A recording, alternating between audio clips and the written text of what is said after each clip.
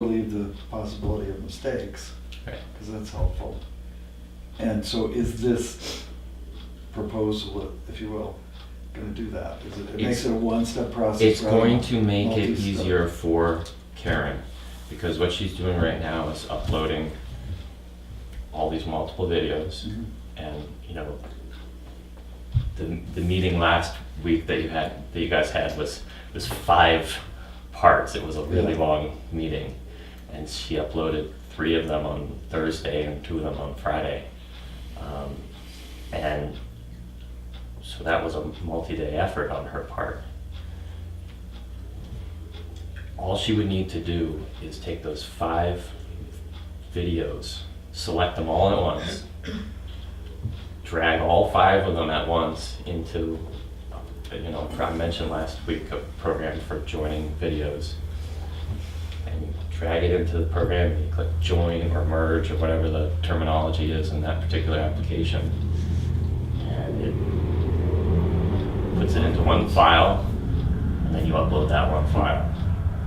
And it's a very simple process, and overall, it's going to make her job easier, and it's going to be a better use of her time. And then all this website stuff is going to be set up automatically, and she won't have to deal with it. It's just going to happen. There. And it's going to Magic. The new world order. Yep. Okay, thank you, Max. Yeah, thanks. Thanks for your efforts. and I would be happy to, I mean, you have your developers, but I would also be happy to help further in any way that I could Okay. in terms of technology. Karen's not responsible for 330. I was the one that gave her some, I'm not gonna say bad information, but it didn't give her all the files. So when she uploaded it, it only captured that first frame and there were 3 segments. Then I gave her another disc with all 3. So I Right. should be, just so you know where that came from. Right, and my point is, if you set up a system that doesn't rely on, So what happens if I do that again and she uploads it, you only get 1 segment out of 3? Could my operator error? Then what, can you erase it? Or we're gonna have 2 330s? Excuse me, point of it. I'm sorry. Yep. I think we appreciate him coming in, and if these 2 people want to have some negotiation, that's up to them. but my Joe, point is Joe, always I there. appreciate your All right, sorry. clarification on Yeah. that. And There's always going to be human error, and we cannot Yep. never erase Yeah, that. all right. And you know, Okay. thanks, Max. Let's see if I can err. Hmm? To err is human. Yep. All right. Let's move to the signature file. First item is an intent to excavate for 66-2-70. So I'll entertain a motion on that. Everybody second this? Yes. Yeah, I'm wondering on this intent to excavate where,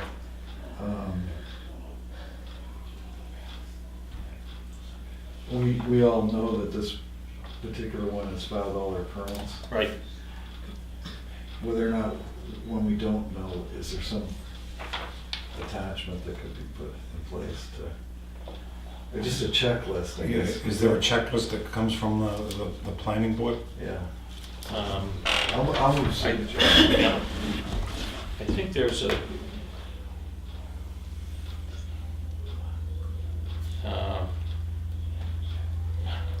there is a place on here for permit, which is blank. I know that this pit is permitted, but Are we numbering our permits? yeah, I think there is some way of That one does have a identifying it. number. Yeah, that's the only one that we All right. have, so. So, That's at a good any point.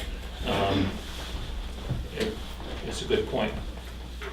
This needs, it ought to have either a permit number when they turn it in. No, I didn't Or- know that.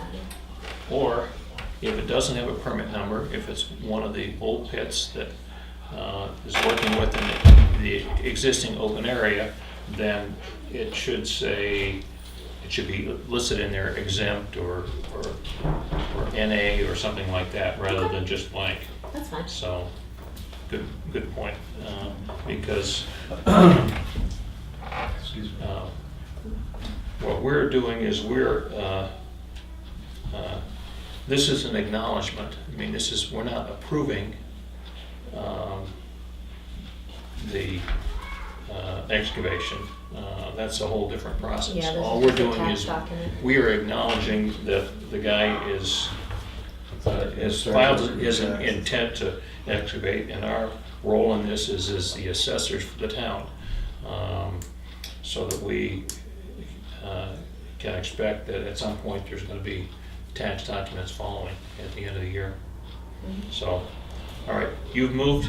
I've moved. A second? Yes. Okay, all in favor? Aye. Opposed?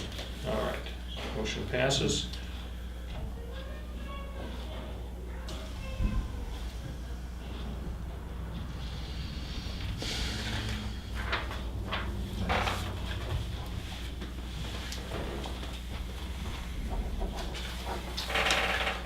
Next item is a original warrant for yield tax in the amount of $49.24.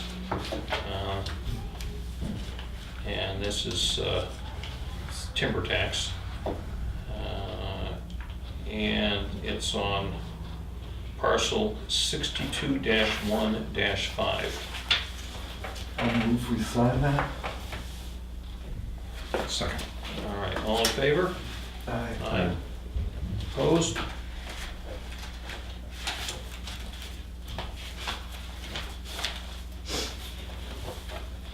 Are there Oh, there's another place to that.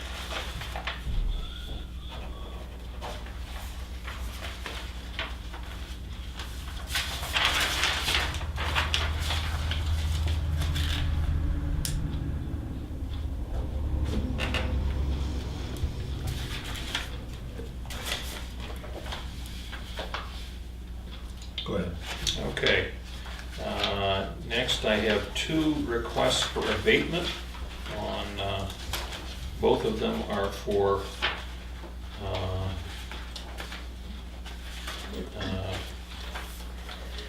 let's see, Is that the road, not Crane? huh?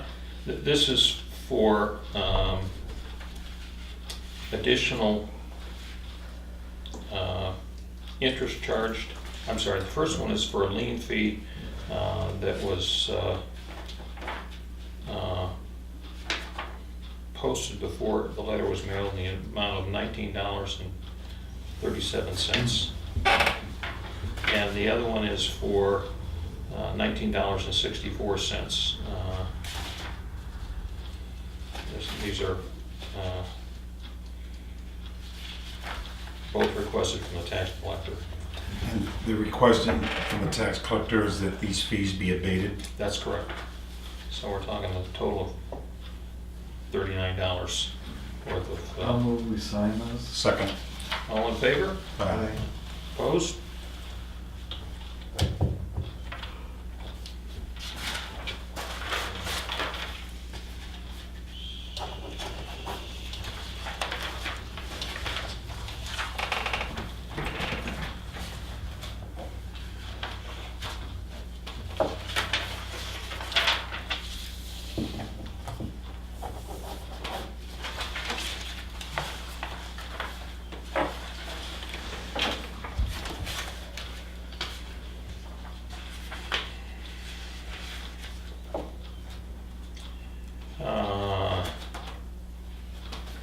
And the next item is a land use change tax on 46-2-16.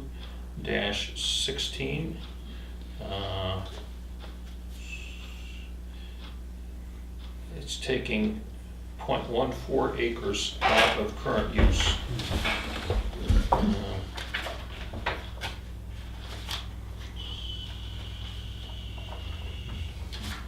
So I'll entertain a motion on that. Have you seen this? I have, I'll move that we sign it. Okay. I'll second it. It's All in for the favor? road that's being Right. constructed. Right. Right. All in favor? Aye. Opposed? Okay. Let's see if I can get this to where we can sign it.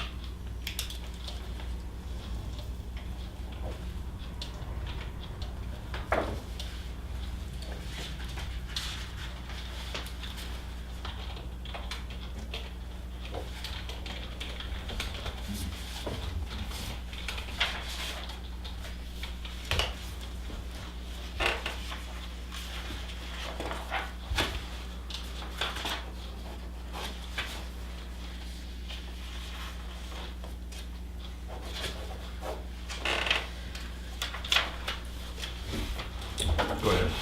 The next item is an amended agreement between Lakes Region Planning Commission and the town of Tuftonboro for professional services. And this is the contract for work they're doing on our master plan update.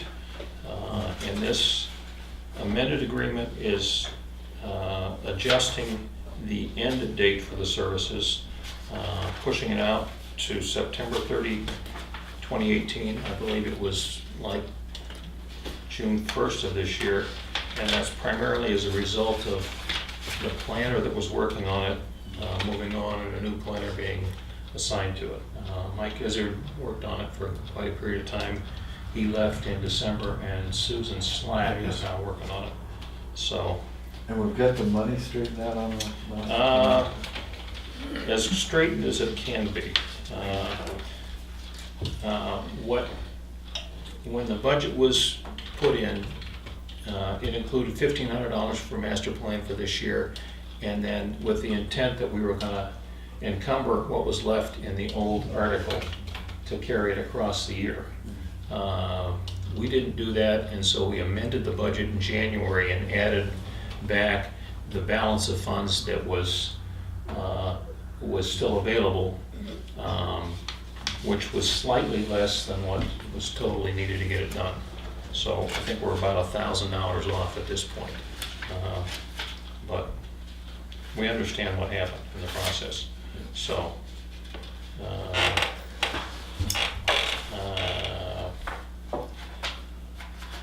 I'll move we sign that. okay, I second it. all in favor? Aye. Aye. Opposed?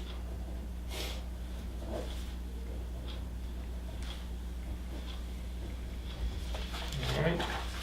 And the last thing I have here is the Tuftonboro Community Solar Project. The grant application is due this Friday, and it is complete and ready to go in.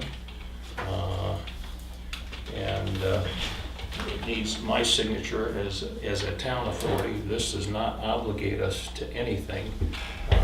What it does is if and when a grant is awarded, then of course the town will have to approve accepting the grant. So it's gonna come into the town coffers, it's not going to the operator or the developer? It will, there are a lot of moving parts here that are still in process. Yeah. So the intent is that there will be a 501c3 that's the operator. But at this point in time, the town's involvement is as the owner of the property, and the funds may come to the town on the way through. I mean, I think it's a grant. When are they gonna award the grant? Be about 6 weeks, is my understanding, so. It just seems like, I mean, I don't know what mechanism we're gonna use to spend it, Well, because we don't have one in place. right, I thought that, I know how long it takes us up a 501c3 and get it through the IRS, and sometimes that's years, not weeks. So my understanding going in was that they were gonna get the money and they were gonna do that whole bit. So if the town is gonna accept the funds, I guess we gotta put our thinking caps on as to how we're gonna. so that that needs to be, we need to figure that out. You're right. You're right. But I don't think we should let the grant go by. Well, I think it's a good deal. If, if we're awarded the grant and for some reason accepting the grant doesn't make sense, then you don't accept it. Right. But if you don't apply, then you're never going to get it. And it's a great opportunity. There has been some ongoing conversation about siting the panels and appropriate location, whether it's on the building, it's up by the cemetery. We were out and walked yesterday, and there's another ground mounted location that's maybe less in the middle of things that might work out well. But that's only the first step. The idea is to feed the electricity into the fire station, which is our biggest user. Right, But then somehow benefit low-income families with Right. their electric bill. right. So that's a whole other structure that Right, needs to get. and that, the whole thing is very much a work in progress at this point. But the idea is that the power that's generated by these panels gets sold to the town for use in the fire station on a purchase power agreement. And the purchase power agreement impact on the town will be maybe slightly positive, maybe slightly negative, but not huge.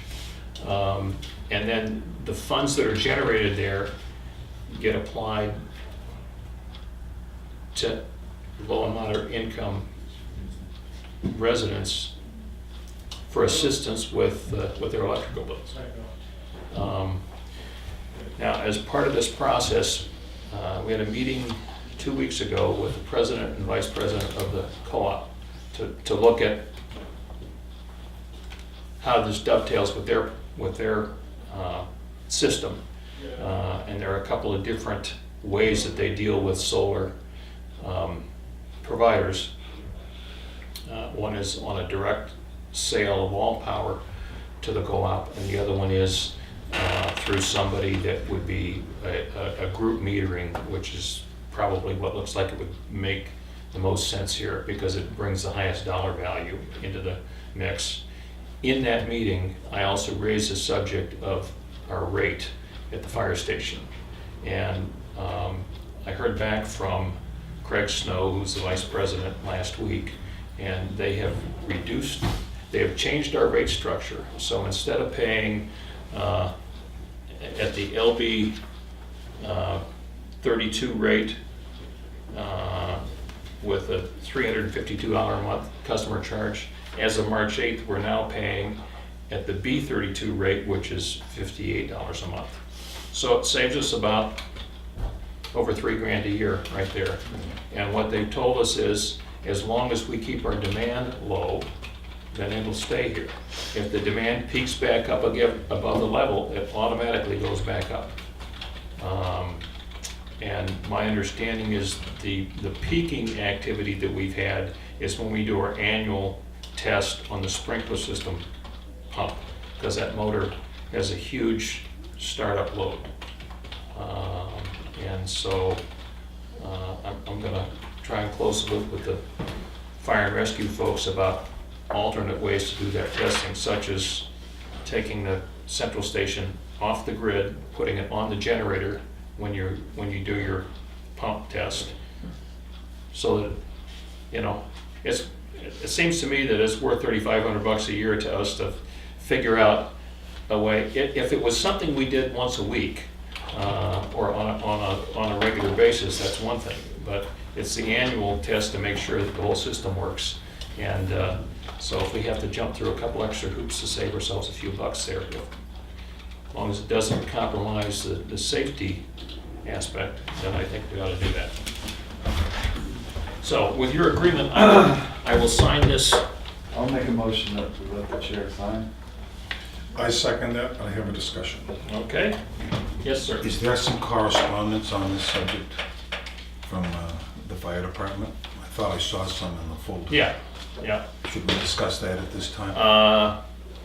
Sure. I think that's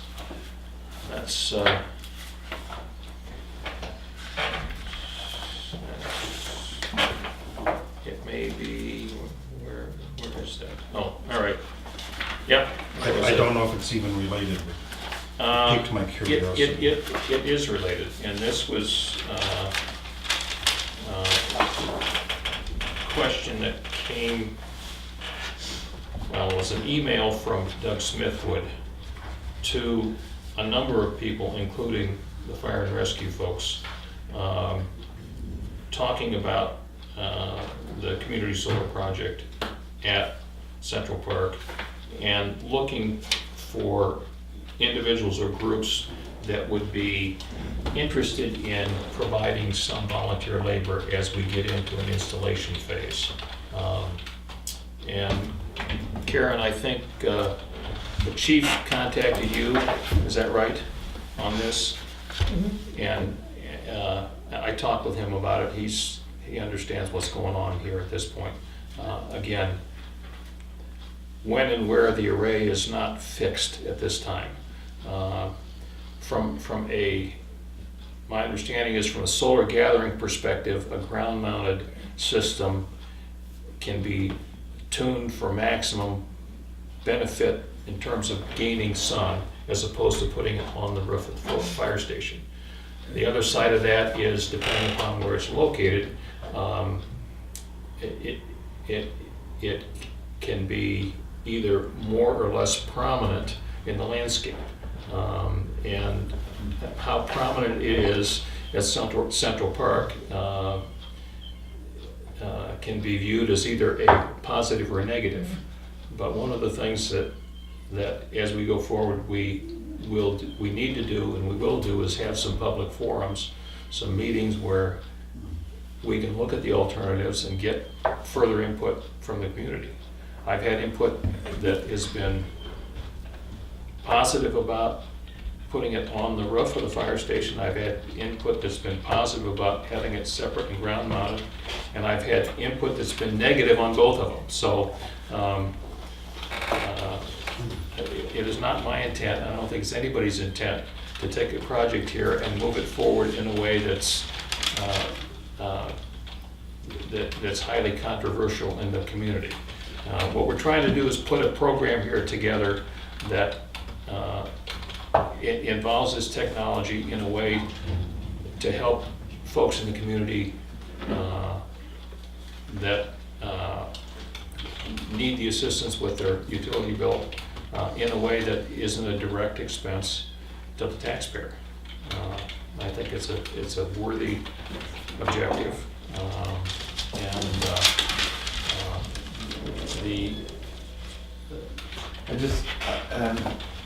I mean, the sighting and all of that sort of thing, obviously the fire department input is important.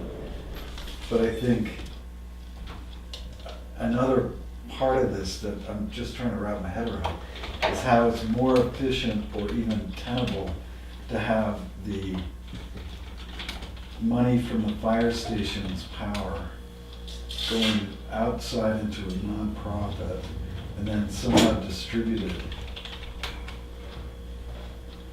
I just don't know whether that's the most effective way to do it, and that maybe we would be better off to increase our welfare budget at the town level, keep it all in-house, because the nonprofit's gonna have to list all these people that they gave money to and make a form out and fill out IRS forms and all the rest of it at the end of the year. Whereas we're just in the business of helping people as a town. We fill out our MS whatevers. And because let's assume for a moment that they gathered $50,000 worth of revenue offset from the solar. How do you break the 50 grand up? Who's going to make that decision? How much money are you going to get, needy person? Well, and how much money is this needy person going to get? And an existing mechanism for distribution of that is what makes the most sense to use. Yeah. Tri-County CAP currently does administration on the state's low-income Right. utility assistance. They have a mechanism in place. We've had some initial conversations with them, but nothing formal at this point. They're obvious ones as a arm's length third party Right. to 'Cause they never evaluate choose and this administer. system. I don't think this board wants to be involved in making those individual decisions for a variety of reasons. So using a model that's currently working as a way to allocate the money makes the most sense to me. Yeah, I mean, it's quite the fact that I'm giving you money for your electric bill. And one would think that a gift is a gift is a gift, but there still has to be, or will be complaints about fairness. Mhm. And so we need to try to Right. figure out Right. all the problems Right. ahead of time. And the way it works with the state assistance is the individual applicant, much like people that apply for welfare, they have criteria that have to be satisfied. And based upon income and household requirements, I think with utility assistance as primarily income level, they fall into certain ranges in terms of this much your bill gets covered, this much, and that sort of thing. But so the thought is to build upon that and address the collar around the core that's currently getting the assistance. Anyway, there are a number of steps that have to be gone through going forward from here. This is about the first one. This is about the first one. You have to get the application in, no idea if it's gonna get approved or not. You need to start having some more formal exposure sessions with the community and see where it goes. I have a couple thoughts. First of all, to get the grant, I'm going to vote for it today. That I will share with my comments since I've been selectman. First of all, are there other towns that have used this grant? Is Antrim one of them? This grant program, this is the first opportunity under this. It's like, I want to say it was $400 and some thousand that the legislature has made available directly to PUC to put into community low and moderate income solar programs. So as a result of that legislation, they've gone out with this solicitation. For some reason, application. Antrim and the town of Durham come to mind in my dealings that have gone to a program similar to this. And I don't know if it's accurate or not, but I think Durham, working with the University of New Hampshire, has provided solar power to all of their public buildings. Please don't quote me on that, but that was what I took from the conversation I was listening to. If there's some place that has tried this out, I'd be willing to go take a look at it. This particular arrangement is brand new. Yeah. That's what the money's here for. There've been a lot The of grants projects that get approved for these grants are demonstration projects, if you will. Yeah. They're the first ones off, and that's why they're requesting these proposals. And some of the things that we as a working group have been wrestling with is, how do you tie the benefit coming out of here to the people that need it? Right. And so there has to be some arm's length between the community and the town government and this thing. If it all just goes into the general fund and, then we'll pay it out along the way, where's that tie? At any rate, there are a number of requirements in here. I had a couple of other things. Yep. Prior to your election, there was a session with the people, I don't have their name, and a 501c can get a tax break that a town can't, and there was some financing that worked to everybody's advantage. They owned the equipment for 5 years, and then we could sign up for another 5 years. I don't know if this is the same proposal or not. The second thing is, we have two ongoing issues with utilities. One is, are they paying their fair share for their property? And that's a court case we're involved in. The other thing is, and I'm not sure if I have my facts correct, but my understanding is that the chief negotiated lower fees and was all with the electric department and was ready to come in here, and then, oh, we made a mistake, and they got jacked up again. Yes, there was a lowering of the fee, but it wasn't what he originally was told and was sent in writing. I don't know if that's accurate or not, or whether that's been... The other thing is the utilities for years never told Adam or the former fire chiefs, you're no longer using the sirens. Why do you need 3-phase power to your 2 stations? So that's part of it. The last thing is, your presentation has been fair and you examine everything, but you know, there are some people who have spoken to me, why is this the primary location? You need access to the cemeteries, that's coming down. There are people from the rec department and support rec that still think the fire department is an interloper in their space. Right. And you know, you've heard it as well as I have. We're talking aesthetics or whatever. The other thing is, at one point, and I go back to this meeting we had, would you consider putting this structure on the landfill, which is non-productive land but can support this? And the comment back then was, let's say we save the town $400 a month. What's the difference whether you're saving $400 for the fire station or $400 for the transfer station in those buildings there? I'm going to vote for the... Well, all right, let me just address that, Yeah. because when we first started to look at this, I asked the same question.